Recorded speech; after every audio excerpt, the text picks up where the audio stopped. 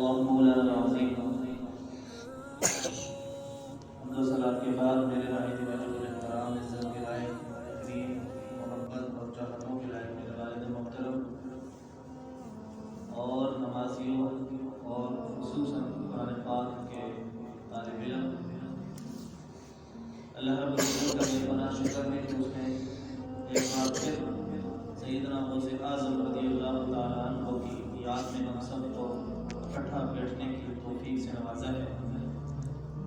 جو آیت کریمہ میں نے آپ کی خدمت میں پڑھی ہے، اس میں اللہ رب العزت نے ارشاد فرمایا، اسی جگہ زکریا علیہ السلام نے اپنے رب سے دعا کی، کہا کہ اے میرے رب، اے میرے پروردگار، مجھے اپنے پاس سے پاکیزہ اولاد عطا فرما، بے شک تو ہی دعا سننے والا قبول کرنے والا ہے۔ آج کا میرا موضوع بھی کچھ اسی طرح ہے کہ قبولیت کا وقت کون سا ہے۔ ہم نے یہ تو سنا ہوا ہے کہ دعا کرے تو انسان اللہ رب العزت کی بارگاہ میں اور اللہ قبول بھی فرماتا ہے، لیکن ہمیں یہ نہیں معلوم کہ کس کس اوقات میں ہم دعا کریں یا کون سے اوقات ہمارے نبی نے ہم تک پہنچائے۔ شاید کتنے اوقات آپ ایسے سنیں گے، بولیں گے یار یہ بھی چیز تھی، خدا یہ بھی وقت تھا، اس وقت کی دعا کرنی چاہیے۔ تعجب کے مارے آپ حیران ہوں گے کہ ہمارے نبی نے کتنا خوبصورت دین ہم تک پہنچایا۔ جس محفل میں ہم بیٹھے ہیں یقیناً 11ویں شریف کے نام سے منسوب ہے، تو یہ ساری باتوں کا ثواب ہم سیدنا شیخ عبدالقادر جیلانی علیہ الرحمۃ بطور ہدیہ ہم پیش کریں گے، لیکن زیادہ توجہ وہ اپنے سونے نبی کو دیتے ہیں کہ ہمارے نبی نے کون سی باتیں ارشاد فرمائی ہوئی ہیں کہ امت جن سے ابھی تک ناواقف ہے، امت کو معلوم نہیں کہ ہمارے نبی نے ہم تک جو دین پہنچانے کی کوشش کی تھی۔ 63 سالہ زندگی میں ہمارے نبی نے جو افراد تیار کیے تھے، تو ان افرادوں کا ایک نتیجہ سیدنا شیخ عبدالقادر جیلانی بھی تھے۔ اس وقت جو چیز میں آپ کی بارگاہ میں بیان کرتا ہوں وہ یہ ہے کہ قبولیت کے کون سے اوقات ہیں۔ حضور نبی کریم صلی اللہ علیہ وآلہ وسلم نے ارشاد فرمایا، یہ جتنی بھی بات میں نے 14 باتیں ذکر کی ہیں، نوٹ کی ہیں، اور یہ ساری باتیں قرآن و حدیث سے ثابت ہیں۔ ہمارے نبی نے الگ الگ مقام پر بیان کی ہے، تو وہ الگ الگ مقام سے میں نے اٹھا کر چند جملے رکھے اور آپ کو بتاؤں گا کہ اس اوقات میں اگر انسان دعا کرے تو ہمارے نبی کی مہر لگی ہوئی حدیث ہے کہ جو انسان اس اوقات میں یا اس وقت میں دعا کرے گا تو 100% اس کی وہ دعا قبول ہوگی۔ اور ساتھ میں یہ بھی بات آپ کو بتاتا چلوں کہ ہم انسان لالچی ثابت ہوئے ہیں۔ کسی بھی حساب سے دیکھا جائے تو انسان کے اندر لالچ بہت زیادہ ہوتی ہے۔ جیسے ہی ہاتھ ہم بلند کرتے ہیں تو اپنے آپ کو غوث اعظم سے بھی بڑا انسان سمجھتے ہیں کہ بس جیسے ہی کچھ دعا مانگے تو ہاتھ نیچے کرنے سے پہلے وہ ہماری دعا قبول ہو جائے، پر ایسا ہوتا نہیں ہے۔ وجہ یہ ہے کہ ہمارے گناہ اس قدر زیادہ ہو چکے ہیں کہ وہ دعا ہماری دیر سے قبول ہوتی ہے۔ حضور نبی کریم علیہ السلام ارشاد فرماتے ہیں کہ اللہ رب العزت کی یہ شان ہی نہیں ہے، یہ اس کی صفت ہی نہیں ہے کہ کوئی بندہ اللہ سے مانگے اور پھر اللہ اس کو لوٹ کر دے نا، یا جو چیز اللہ سے مانگے اور اللہ اس کو دے نا، ایسا ہو نہیں سکتا۔ حضور نے فرمایا کہ بعض اوقات وہ دعا قبول ہوتے ہوتے دیر ہو جاتی ہے، اور وہ دیر بعض اوقات قیامت کی صبح تک ہو جاتی ہے کہ جیسے ہی ہاتھ اٹھائیں اور فوراً قبول ہو جائے۔ یہ تو رہی انسان کی فطرت کی بات۔ اب پہلی بات حضور نبی کریم صلی اللہ علیہ وآلہ وسلم نے ارشاد فرمایا کہ جب بارش برس رہی ہو تو اس وقت جب انسان دعا کرتا ہے بشرطے کہ وہ دعا شریعت کے دائرے میں ہی ہو۔ ایسا نہیں کہ یا اللہ تو مجھے ہمت دے میں جا کر چوری کروں، بارش ہو رہی ہے کیونکہ مولوی صاحب نے بتایا تھا بارش میں جو بھی دعا کرو گے قبول ہوگی، تو جو دعا مانگنے کا حکم ہے وہ دعا جب مانگی جائے اور لگی ہوئی بھی بارش ہو تو اللہ رب العزت کے حبیب فرماتے ہیں کہ وہ دعا ضرور قبول ہوتی ہے۔ اور ساتھ ہی میں ایک اور چیز حضور نے ارشاد فرمایا کہ جب بارش کے دوران کوئی یہ درود سے بھی پڑھ لیتا ہے اللہم صلی علی محمد وعلی آل محمد بعدد قطرات امطار. یہ درود شریف اگر کوئی انسان بارش کے دوران پڑھتا ہے یا اپنی عادت بنا لیتا ہے تو حضور ارشاد فرماتے ہیں کہ بارش کے جتنے قطرے آسمان سے دنیا پر آ رہے ہوتے ہیں ہر ایک ایک کے بدلے میں اللہ اس کو نیکیاں عطا کر رہا ہوتا ہے.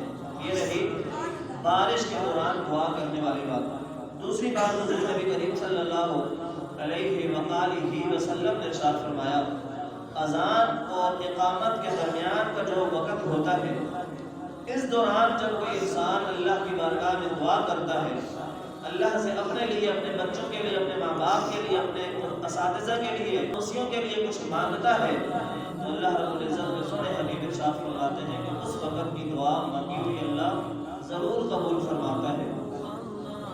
بہت سے لوگوں کو اس چیز کے بارے میں نہیں پتا, وہ باتوں میں لگے رہتے ہیں.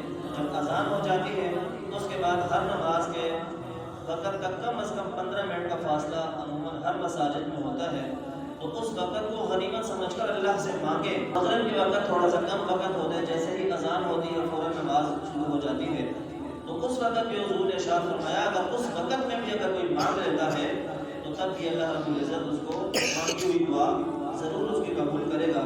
اس کے بعد اللہ رب العزت کے سونے حبیب نے ارشاد فرمایا کہ جمعے کے دن مانگی ہوئی دعا وہ بھی اللہ رب العزت ضرور قبول فرماتا ہے. پھر اس کے بعد یہاں سوال پیدا ہوتا ہے کہ یا رسول اللہ جمعے کا تو دن شروع ہوتا ہے جو رات کی مغرب سے لے کر جمعے کی مغرب تک, آیا کہ کس وقت دعا کی جائے تو قبول ہوتی ہے؟ تو حضور نے ہمیں جواب دیا کہ سنو, حضور علیہ السلام ارشاد فرماتے ہیں کہ عصر کی نماز سے لے کر مغرب کی نماز کے درمیان کا جو وقت ہوتا ہے 1 گھنٹہ, پونا گھنٹہ, سوا گھنٹہ, اس وقت میں جو بھی دعا مانگی جائے وہ دعا قبول ہوتی ہے. حضور کی صاحبزادی جناب سیدہ پاک فاطمہ الزہرا سلام اللہ علیہا کی بھی روایت ملتی ہے کہ آپ بھی اس وقت کو ترجیح دیتی تھی.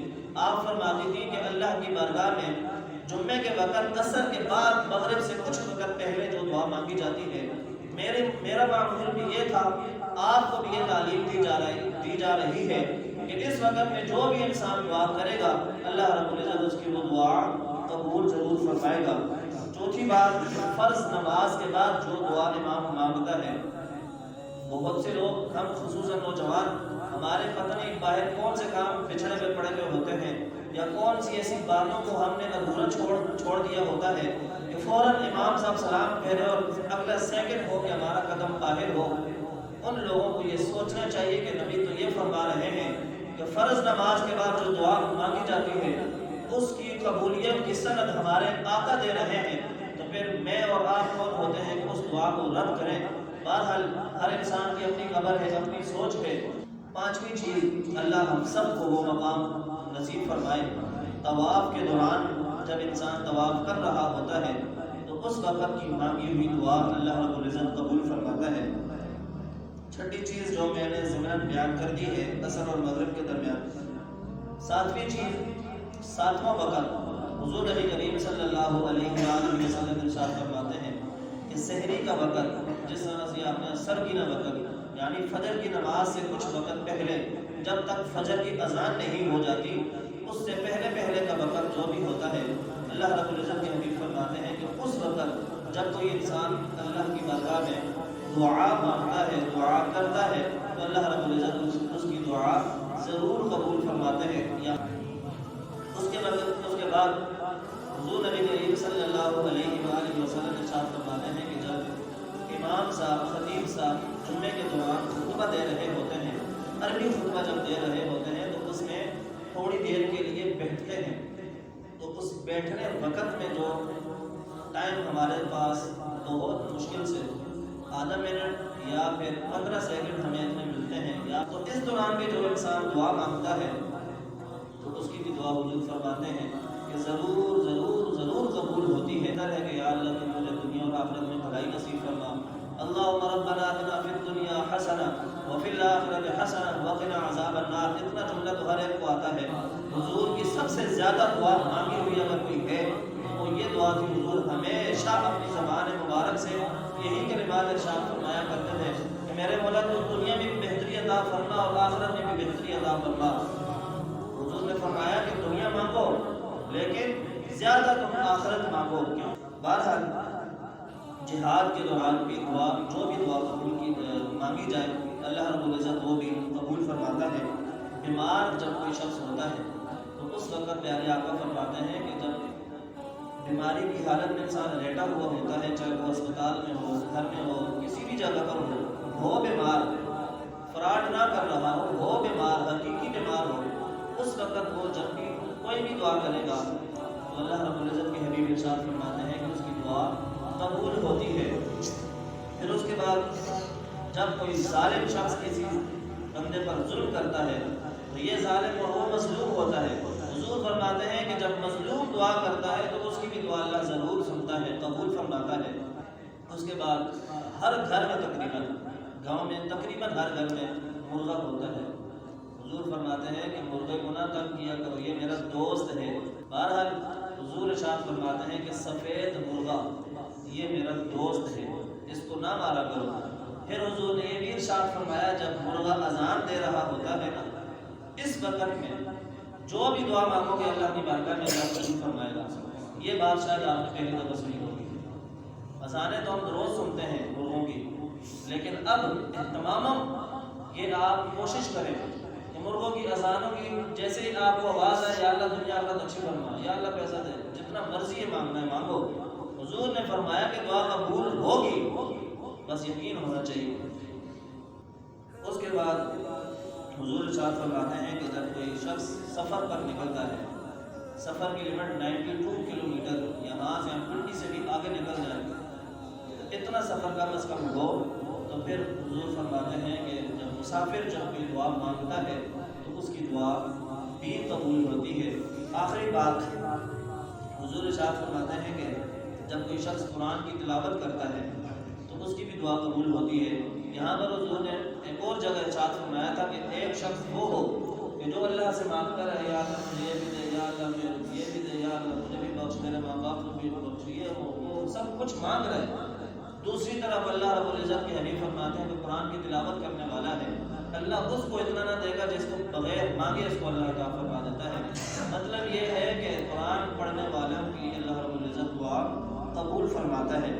پھر میں نے آج ایک چیز نوٹ کی، میں نے کہا آپ کو بتاؤں، اذان کا جواب دینا۔ حضور نبی کریم صلی اللہ علیہ وآلہ وسلم نے ارشاد فرمایا کہ جب مرد اذان کا جواب دیتا ہے تو اس کو ہر لفظ کے بدلے میں 2 لاکھ نیکیاں اللہ رب العزت عطا فرماتا ہے، اور 10,000 گناہ اللہ رب العزت ہر لفظ کے بدلے میں اس کے معاف فرماتا ہے۔ اب آپ سوچنے بیٹھ جاؤ کہ مولوی صاحب اذان کا کوئی لفظ بولے تو میں کیوں نہیں آتے ہیں؟ الحمدللہ، اور یہ آپ کو بھی کرنا چاہیے، اذان کا جواب دینا چاہیے، بات پوری ہے۔ حضور نے فرمایا کہ جب کوئی عورت اذان کا جواب دے گی تو ہر لفظ کے بدلے میں 1 لاکھ نیکی اس کو عطا کروں گا، اور بدلے میں 10,000 گناہ اس کے معاف کروں گا۔ ایسا نہیں کہ صرف مردوں نے جنت میں جانا ہے، ہماری نو بہنوں نے بھی جنت کے لیے اللہ کی بارگاہ میں سوالیاں رکھے ہوئے ہیں انہوں نے، تو ان کو بھی یہ جا کر بتائیے گا کہ بہن، بیٹی، بیوی اللہ کی بارگاہ میں آج ہم نے بڑی خوبصورت بات سن کر آئے ہیں کہ جب کوئی شخص اذان کے کلمات جب سنتا ہے تو اس کو اللہ رب العزت 1 لفظ کے بدلے میں 1 لاکھ کی نیکیاں ادا کرتا ہے۔ یہ عورت کا معاملہ ہے۔ جب مرد اذان کا جواب دیتا ہے تو ہر لفظ کے بدلے میں 2 لاکھ نیکیاں اس کو اللہ رب العزت عطا فرماتا ہے۔ اذان کے کل کلمات کتنے ہیں؟ 171 الفاظ ہیں۔ اللہ اکبر یہ 4 لفظ ہیں، ٹوٹل یہ 8 دفعہ آتا ہے۔ پہلے دفعہ اللہ اکبر اللہ اکبر اللہ اکبر اللہ اکبر 8 دفعہ آتا ہے، تو اس میں صرف اللہ اکبر میں 4 ہیں، ٹوٹل بن جاتے ہیں یہ 32 لفظ۔ اشہد ان لا الہ الا اللہ، اس میں ٹوٹل لفظ 18 ہیں، اور یہ 2 دفعہ آیا ہے، 18 18 36، تو یہ 36 بن جاتے ہیں۔ اشہد ان محمد رسول اللہ، یہ بھی 2 دفعہ آیا ہے، تو اس میں ٹوٹل لفظ 20 ہیں، تو 20 کو ڈبل کرو تو 40 دفعہ بن جاتا ہے۔ حی علی الصلاۃ، یہ 2 دفعہ آیا ہے، ٹوٹل اس کے ٹوٹل لفظ بنتے ہیں 8 8 16، اس حساب سے میں نے لفظ پورے نکالے، 171 لفظ بنتے ہیں۔ اور جب میں نے سوچا کہ جب اللہ رب العزت ایک لفظ کے بدلے میں 1,00,000 نیکیاں عطا کر رہا ہے تو 171 لفظوں کی کتنی نیکیاں عطا کرے گا، تو وہ آپ سنیں گے اور تعجب کا شکار ہوں گے۔ اللہ کے حبیب فرماتے ہیں کہ 1,71,00,000 نیکیاں صرف نماز اذان کا جواب دینے پر اللہ تعالیٰ فرما رہا ہے۔ ہم پیسوں کو تو غنیمت جانتے ہیں، لیکن ہم سب کو پتہ ہے کہ ہم نے مرنا ہے، قبر میں جانا ہے، تو وہاں تو پیسہ کام نہیں آئے گا، وہاں نیکیاں کام آئیں گی۔ کہ جب حضور نے ارشاد فرمایا کہ باپ بیٹے سے بھاگے گا، دور ہو جا بھائی مجھے تو اپنی پڑی ہے، ماں بیٹی سے بھاگے گی، دور ہو جا بھائی مجھے تو اپنی پڑی ہے، تو اس وقت پھر یہ نیکیاں کام آئیں گی۔ جس کو ہم بس ہلکا پھلکا سمجھتے ہیں، تو حضور نے فرمایا کہیں ایسا نہ ہو کہ چھوٹی نیکی تمہیں جنت میں پہنچا دے یا پھر چھوٹا گناہ تمہیں دوزخ میں پہنچا دے۔ بہرحال یہ بات مجھے اچھی لگی، میں نے کہا آپ کو بتاؤں۔ اب آپ گھر میں جا کر گنیے گا تو آپ کو بھی اندازہ ہو جائے گا کہ واقعی اللہ رب العزت کتنا مہربان ہم پر ہوا ہے، اور ہم ہیں کہ اپنے آپ کو جہنم میں پھینک رہے ہیں، دھکیل رہے ہیں۔ اللہ ہم سب کا حامی و ناصر ہو، اور جو ہم نے آج باتیں سیکھی ہیں کوشش کریں کہ ان اوقات میں دعا مانگیں۔ ویسے تو کہتے ہیں یار اللہ سبحانہ والا جیسے منصور دیسی، ٹھیک ہے منصور جیسے دیسی، لیکن کچھ اوقات ہمارے نبی نے بتائی، اگر ان اوقات میں تم کوشش کرو گے تو اللہ ضرور دے گا۔ تو اللہ رب العزت کے سونے حبیب کی اداؤں کو اپنانے کی ہم سب کو اللہ توفیق نصیب فرمائے، اور یہ تمام باتیں جتنے بھی میں نے الفاظ یہاں بیان کیے سب کا ثواب سیدنا شیخ عبدالقادر جیلانی علیہ الرحمہ کو ہم ایصال کرتے ہیں، ہدیہ کرتے ہیں تحفتاً، اللہ ان کو پہنچائے۔ اور اس محفل کو سجانے کے لیے جس نے جس طرح کا بھی حصہ لیا، اللہ ان کے رزق میں مال جان اولاد میں برکت عطا فرمائے۔ آپ سب خوش قسمت ہیں کہ اللہ رب العزت نے آپ کو اس محفل کا حصہ بنایا۔ اللہ آپ کو دنیا اور آخرت کی بھلائیاں نصیب فرمائے۔ وما علینا الا البلاغ۔